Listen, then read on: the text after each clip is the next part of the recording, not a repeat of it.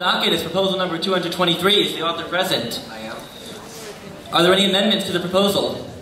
Seeing none, author, you're recognized for a 4-minute opening statement. You may begin when ready.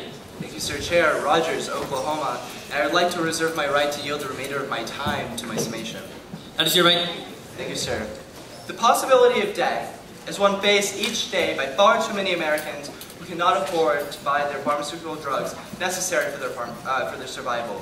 This last year, $287 billion were spent on pharmaceutical drugs in the United States, which is 130% greater than that spent in 2000.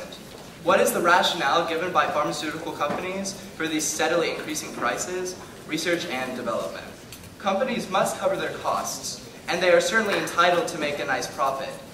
But why are prices so much higher in the United States and so much lower in countries outside of it?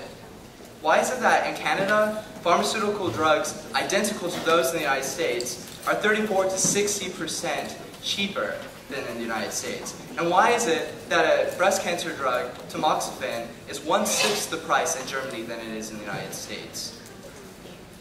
The answer to these questions is that unlike these other countries, the United States is the only Western industrialized nation that does not secure lower drug prices via caps or negotiation for their general public.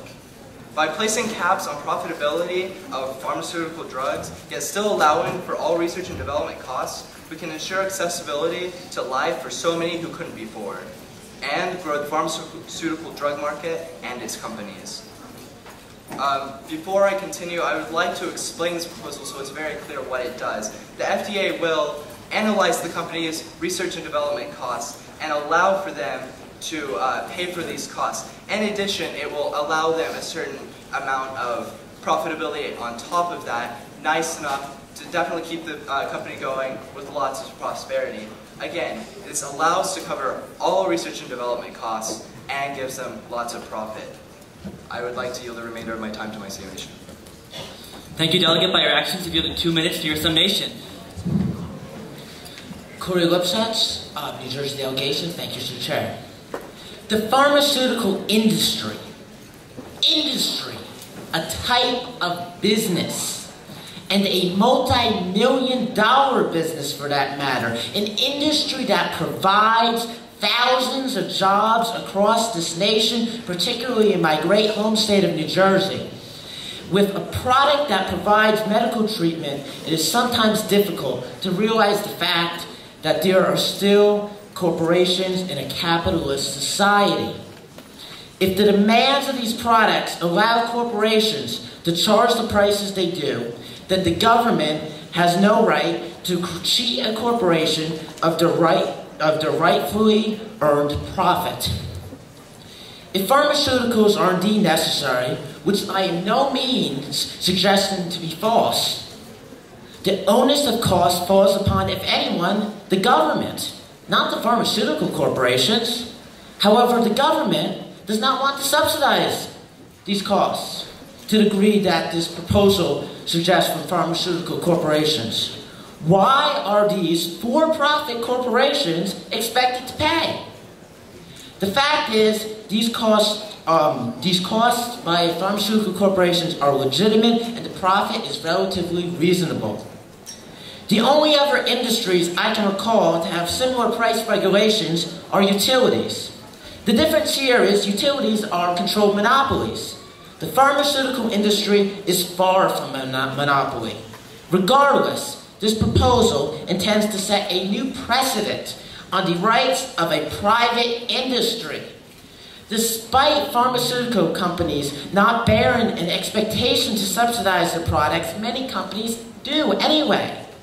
Large companies such as GlaxoSmithKline, AstraZeneca, Pfizer, Merck, Novartis, and Bristol-Myers Squibb have all implemented extensive prescription discount programs to help low-income Americans get the medications that they need. These programs prove that pharmaceutical corporations on their own recognize and have the desire to address the economic hardships faced by so many Americans. To solve these problems associated with pharmaceutical costs, we must work with these corporations that develop life-saving medications, not against them. Consequently, I encourage you to oppose this proposal and seek an alternative solution that recognizes both the needs of vital American corporations and the American consumer. Thank you. And I yield the rein of my time to the chair.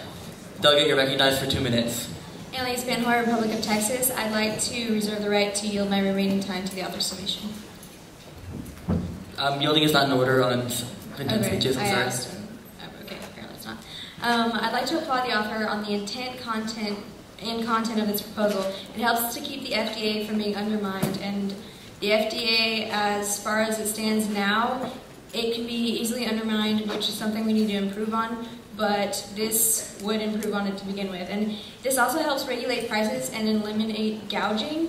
People are being gouged enough by other products like ethanol increases food prices and gas prices, and we don't need to have pharmaceutical companies keeping their prices high as well. There are no negative effects to this proposal, and if there are, I'm sure they're minor compared to the positive and beneficial aspects of it. And this proposal is trying to uphold higher standards of American living and health. Also, this is highly in favor of guaranteeing the utmost well-being for the American people. This proposal is in my best interest, your best interest, and this nation's best interest, which is what we're all here to take care of. This nation's best interest.